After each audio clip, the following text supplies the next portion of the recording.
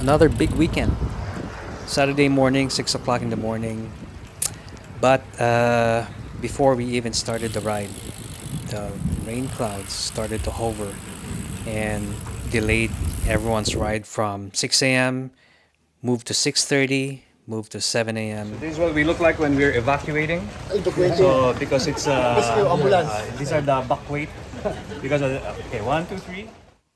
We had to briefly go undercover and waited for the rain to stop, but everyone was present. Some had to pause and stay undercover, but when the sun shone, it was already late, but not enough to stop everyone from completing their ride. So the first lap will be 30 kilometers long. This is what we call our CRZ community rides. We organize this. It's a no drop session. Simply means that anyone and everyone can ride with us. Nobody's gonna get dropped. It's not all about speed. Everyone will be guided to follow a prescribed speed, making sure that the last guy at the back will not be dropped See simply you by guys.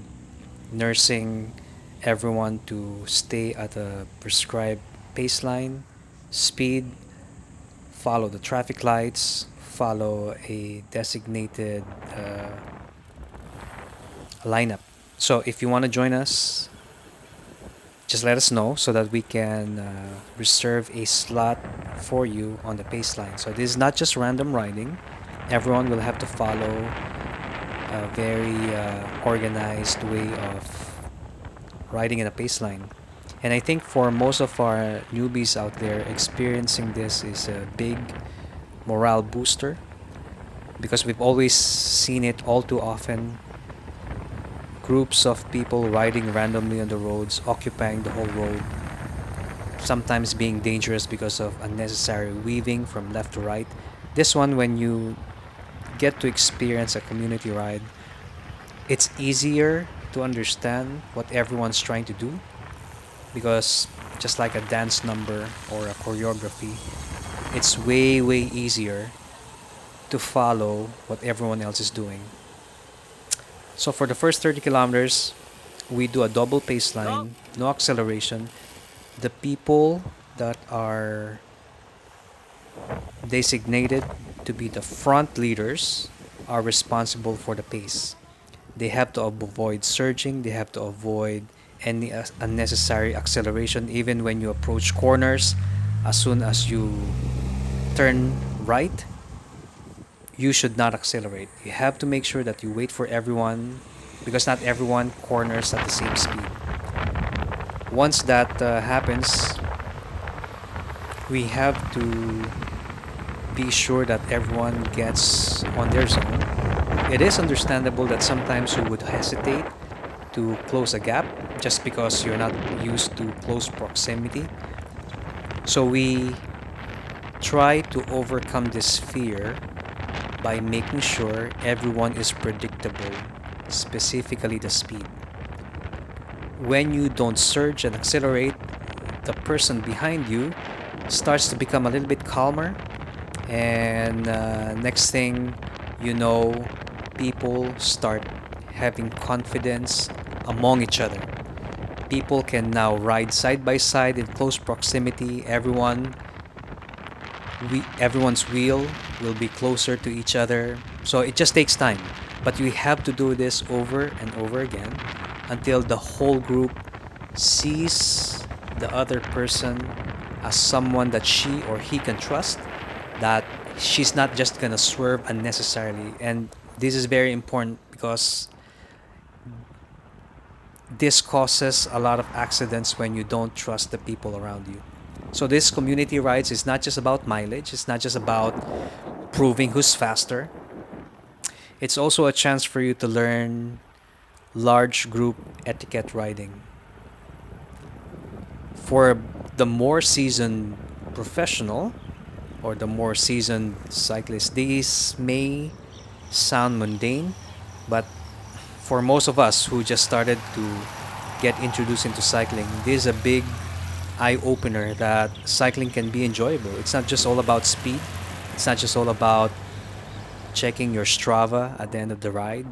Sometimes when you see yourself riding in a very organized baseline, it encourages you to join the next one. The stronger riders are assigned to be in front. If you are relatively upcoming and not yet confident with your fitness level, you will be given the assignment to stay at the back, draft behind to save a lot of energy, and just observe.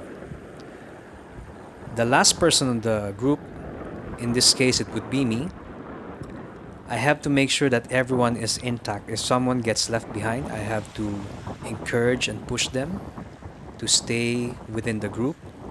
And at the same time, we communicate the instructions to the people in front if the group has been split.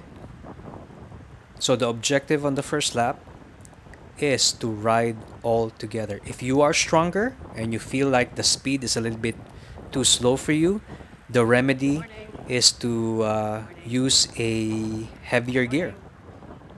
If you are just up and coming and you're not confident with your fitness level, you can now use whatever gear you want. The route that we use in Clark is chosen because of the level of traffic. The traffic is controlled, it's not too heavy.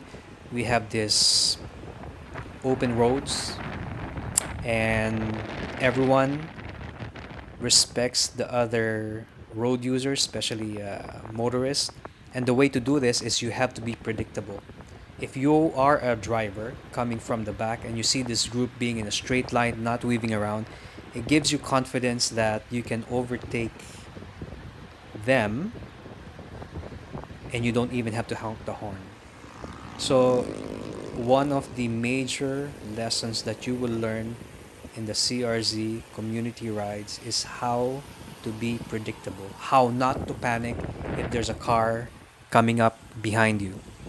It's also all about giving the right hand signals, being present, and showing to the motorists on the road your intention if you're going left, if you're going right. In this case, the people in front will be the one giving the sign. No shouting. The more that you shout, either you're gonna just piss off other people or you will be, well, seen as an entitled biker. Remember, words can compel or repel. So sometimes it's very important to understand how other people perceive your shout or facial expression. But I can guarantee you, a person smiling, it's so hard to fight with a person smiling and giving you a big wave. So as we can all see, everyone is calm. Not everyone, nobody's panicking. Everyone knows what to do. Tom and Nikki, Tom, sometimes this one is Ryan. They are in charge in front. All they have to do is just keep a steady pace, keep a steady cadence. They will be predictable, and the way they set the tone will influence the reaction of the people behind them. So it's very important that the people that you assign in front know what they are doing. They are in tune with the vibe of the entire group, because whatever you do in front will affect the vibe and the mood at the back.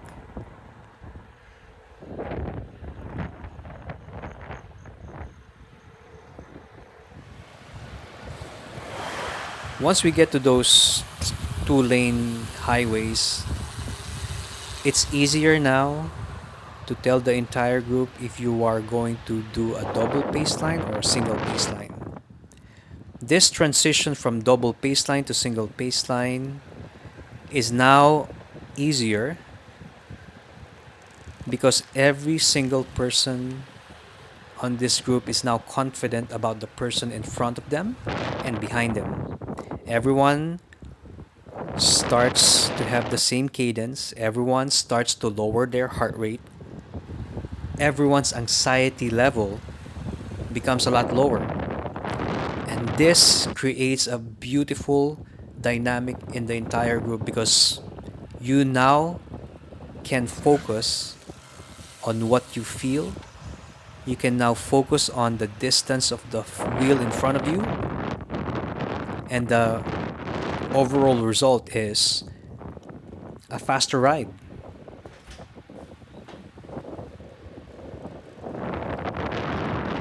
Even Boots, who just got her new bike, this is her first time to ride it.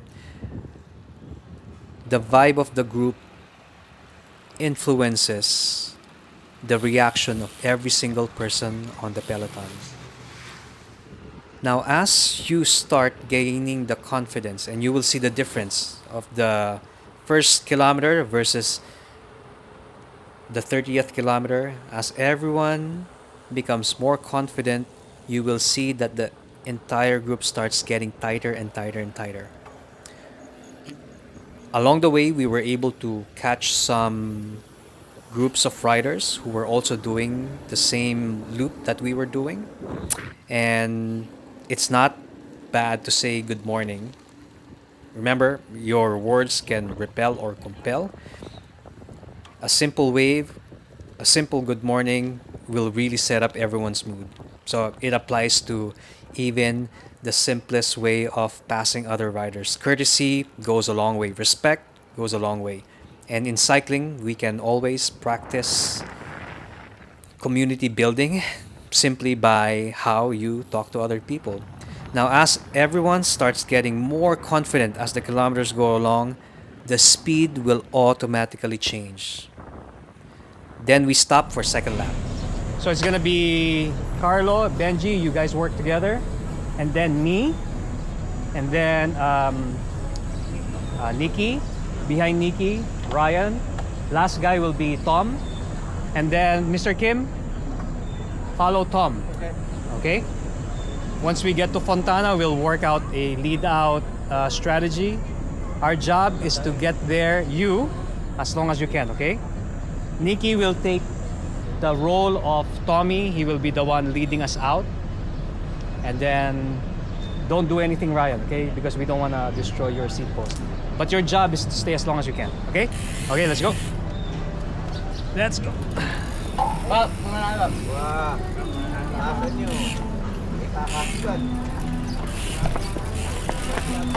See you.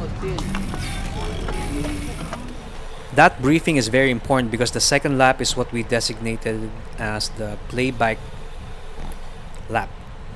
It just means that people who wanted to challenge themselves or play bike can now join a choreographed scripted session where the speed, the roles of each individual is properly outlined. When you do this, it's just amazing how people take charge of the role that they are given. You won't be lost. You would know what you have to do. And playing this type of a game with random people becomes very productive. It's not just about speed. It's not just about sprinting. It's not just about putting on your maximum speed. The second lap is where you can apply all the things that you learned on the first lap. So second lap is there in case you wanted to experience what play bike is all about. So in this case, we do exactly the same route, another 30 kilometers. But for this game, we assigned Carlo. He's new in CRZ. He just got his bike, learned how to climb, learned how to use his pedals, learned how to use his cadence, how to lower his heart rate.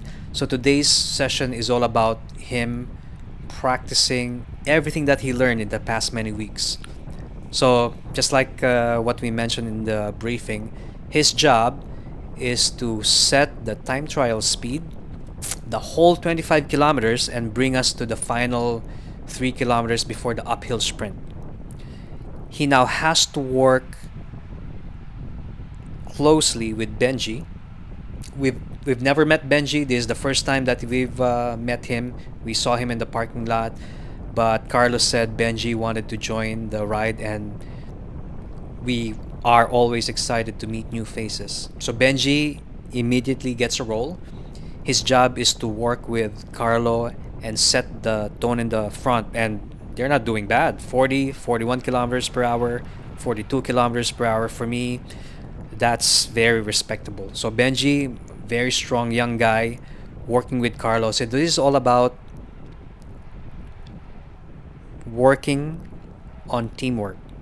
My job, on the other hand, is to take charge of the red boys. So that would be Ryan behind me, Nikki, and Tom.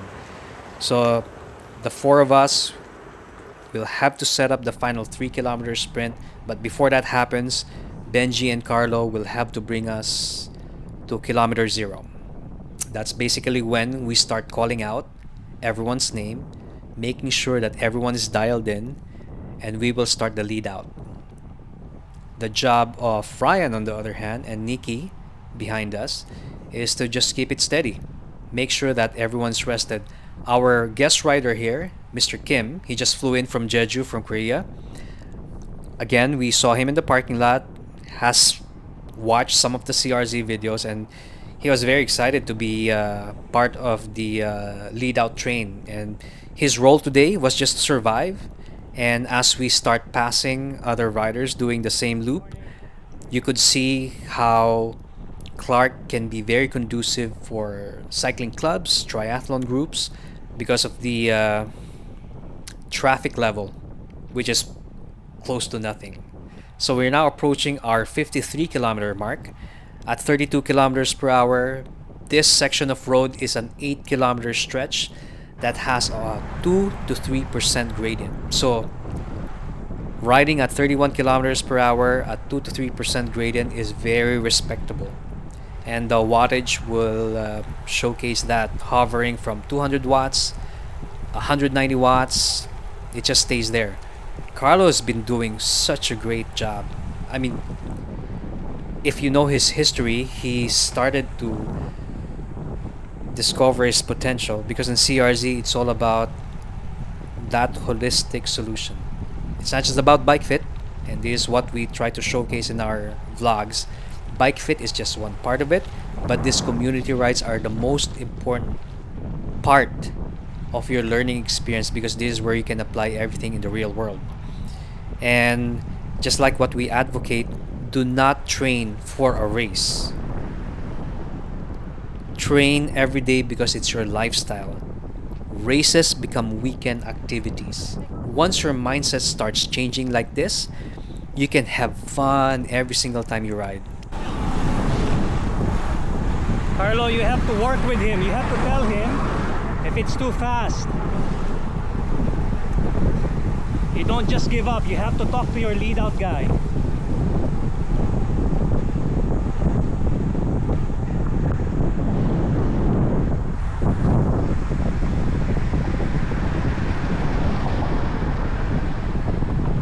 Ryan, are you there? Yep. Tom, are you there? Yep.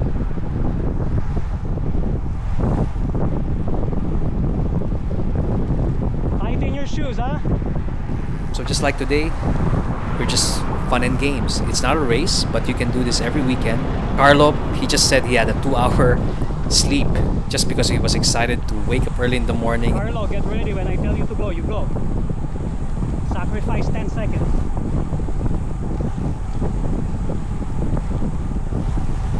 It's all about the timing, huh?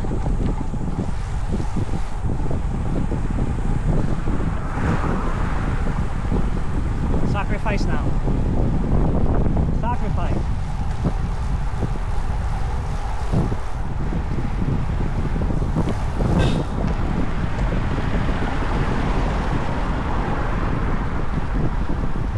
Very good. 1 kilometer. It's all about helping him improve his posture. Once you get to this section in Fontana, this is one of the, you can say, challenging routes. We are now approaching the 1%, 2%, goes all the way up to 5%. We've now reached the final 1 kilometer of this climb, and I have to give the signal to Nicky now that this is the time where he has to launch. He has to bring Ryan with him, Tom with him, and the job of Benji and Carlo is done, this is where timing really works out. This is when your wattage starts to go up from 200 watts all the way to 300 watts. These boys, after being towed in by Carlo and Benji, this is now their job to finish the final 1 kilometer. And the wattage would start spiking from 300 to 432 kilometers per hour in this final 5% gradient. It's a little bit tough, but Tom is now able to sprint because he's the protected rider. My job is to challenge him, just to push him beyond his limits, because when there's no target, you get to be lazy. Tom is really working hard for his fitness level. Is really strong, very strong. I could almost not catch him, but I just have to grit my teeth and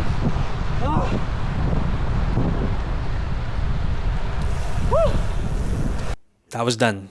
Thank you very much for joining.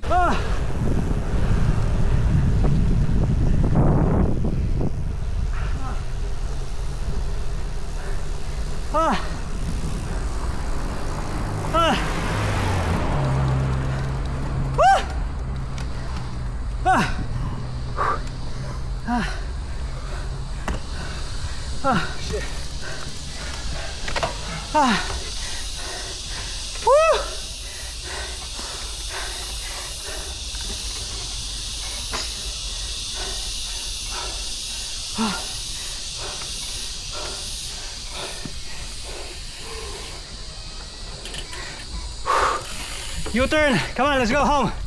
U-turn!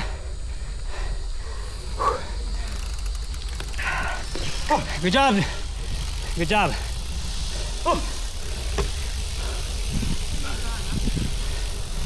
Good job, Carlo! Good job, Carlo! Very nice!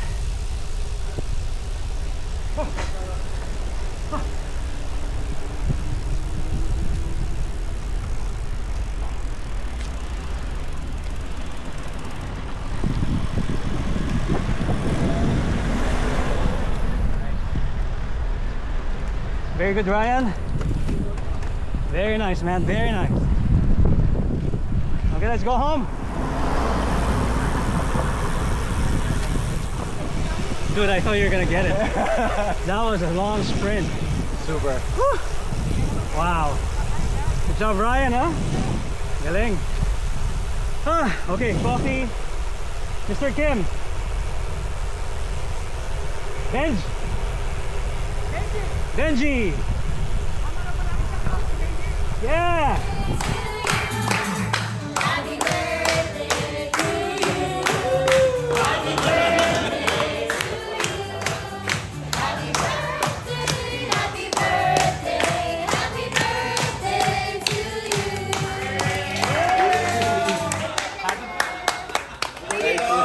Thank you. You're gonna have a birthday one day too. Thank you, thank you. How young are you? 53. Shout out to Monton. 1, 2, 3. Who's this guy? Some weak guy. Ay, good luck. Good Okay. luck to cruise control. Okay. Dear. There you go. Just like that. Stretch those hamstrings.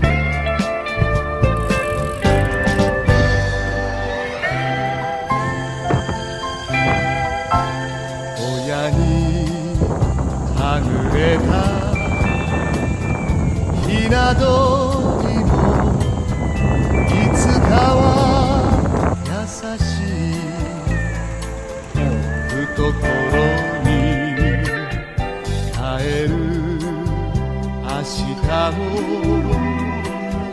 あるだろうだのになぜ巡り会えぬ父の影